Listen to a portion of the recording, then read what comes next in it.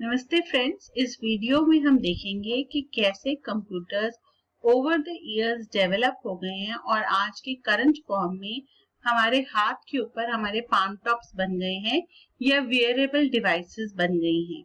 So let us start कि computers कहाँ से ओरिजिनेट हुए और किस तरह से डेवलप होते गए over a period of time. और अब हम एआई की बात करते हैं जिसमें कि कंप्यूटर्स अपने आप वो काम कर सकते हैं जो सिर्फ इंसान पहले अच्छे से कर सकते थे। सबसे पहला कंप्यूटर हम बोलते हैं अबैकस को, जो कि एक कैलकुलेटिंग मशीन है। यूट्यूब पे बहुत सारी आपको ऐसी वीडियोस मिलेंगी जिसमें कि अबैकस पे simple addition, addition, subtraction, multiplication करना सिखाया गया है और ये 300 BC से भी पहले इस्तेमाल होती थी और इसमें कैलकुलेशन मैकेनिकली की जाती है। फिर नेपियर बोन्स है जिसके अंदर की लॉगरिथम को कैलकुलेट किया जाता है और ये भी एक मैकेनिकल मशीन है। उसके बाद ऐसे ही स्लाइड रूल एक इस तरह की मशीन है जो कि बहुत पहले 1960s में 1632 में बनाई गई थी और 1960s में भी नासा के इंजीनियर इसको इस्तेमाल करते हैं। इसी तरह से हमारे पास एक गियर ड्रिवन कैलकुलेटिंग मशीन जिसमें कि गियर को चेंज करके मशीन का मोड चेंज किया जा सकता है कि वो क्या कैलकुलेशन परफॉर्म करेगी। उसके बाद क्लॉक बेस्ड मशीन है जिसमें कि कैलकुलेशंस अगेन करती है। ये भी एक बहुत पुरानी डिवाइस है, 1623 में डेवलप की गई थी।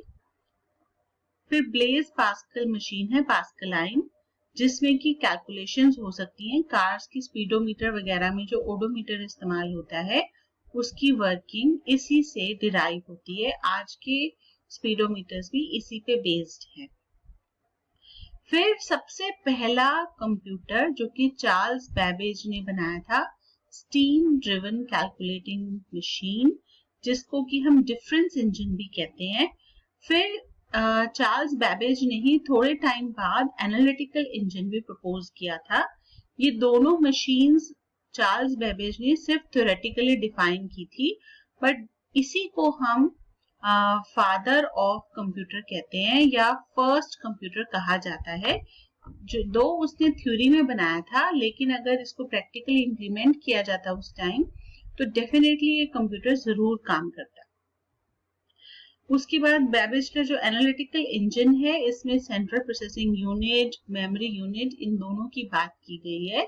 इसमें उसने स्टोर और मिल, स्टोर मतलब सेव करना, मिल मतलब कैलकुलेट करना, इस तरह के शब्दों का इस्तेमाल किया है। उसके बाद मार्क 1 एक IBM का एफर्ट था जिसमें कि कंप्यूटर्स को थोड़ा सा डेवलप किया गया। लेकिन अगर हम वाकई में देखना चाहते हैं कि कंप्यूटर कैसा दिखता था पहले जमाने का, तो ENIAC एक मशीन है जो कि वाकई में मॉडर्न कंप्यूटर के बहुत नियर माना जाता है। और इसको देखिए आप, ये पूरे रूम में ये सारी जो वायरिंग आपको नजर आ रही है ये ENIAC कंप्यूटर की वायरिंग है।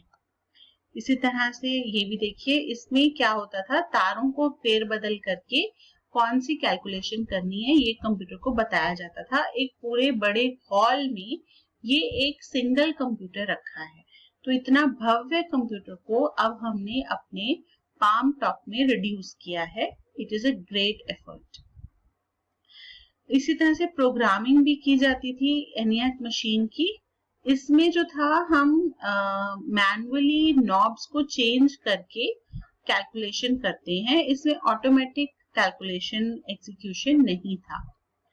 ये देखिए यहाँ पे जो प्रोग्रामर्स हैं ये लोग इसकी वायरिंग को चेंज कर रहे हैं कंप्यूटर की, जिससे कि अलग तरह की इंस्ट्रक्शंस को एग्जीक्यूट किया जा सके।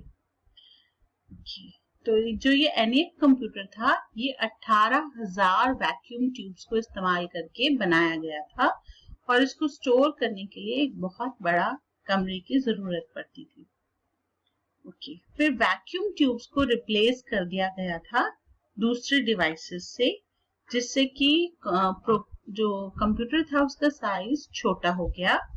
और उसके बाद 1945 में जॉन वॉन न्यूमैन ने स्टोर्ड प्रोग्राम कॉन्सेप्ट दिया, जिसमें उसने कहा कि हम इंस्ट्रक्शंस को कंप्यूटर में स्टोर कर सकते हैं and that was a revolution, क्योंकि उसके बाद ही हमने मेमोरी डेवलप की और उसमें हमने कंप्यूटर के प्रोग्राम्स को स्टोर करना शुरू किया और वहां से मॉडर्न कंप्यूटर की असल शुरुआत हुई। और इसके ऊपर बेस्ड जो है एडवैक, एडसैक, यूनिवैक ये डिफरेंट कंप्यूटर्स हैं और इनमें भी लेकिन वैक्यूम ट्यूब्स ही इस्तेमाल होती थी। तो ये देखिए एडवैक, ये थोड़ा सा पिछले कंप्यूटर से थोड़ा सा नैरो हो गया है but still it is huge. और ये यूनिवैक मशीन का कंप्यूटर है जो कि हम इसमें देख सकते हैं। और इसके बाद हम बात करेंगे जनरेशंस ऑफ कंप्यूटर। ये जो हमने सारे कंप्यूटर्स देखे इनको डिफरेंट जनरेशंस में डिवाइड किया जा सकता है। जैसे कि अब हम देखेंगे पहली जनरेशन जो थी 1942, सेकेंड जनरेशन 1955, थर्ड जनरेशन 1964, फिर 75 और अभी की जो जनरेशन है 1991 एआई बेस्ड जनरेशन मानी जाती है।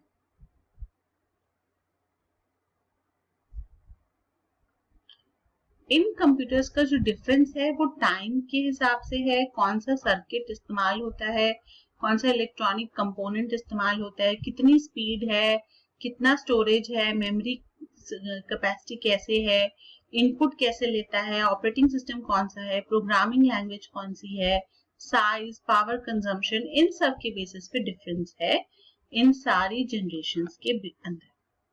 तो सबसे पहली जनरेशन जो 42 से 55 में थी उसमें वैक्यूम ट्यूब्स हैं, इनकी स्पीड बहुत स्लो है।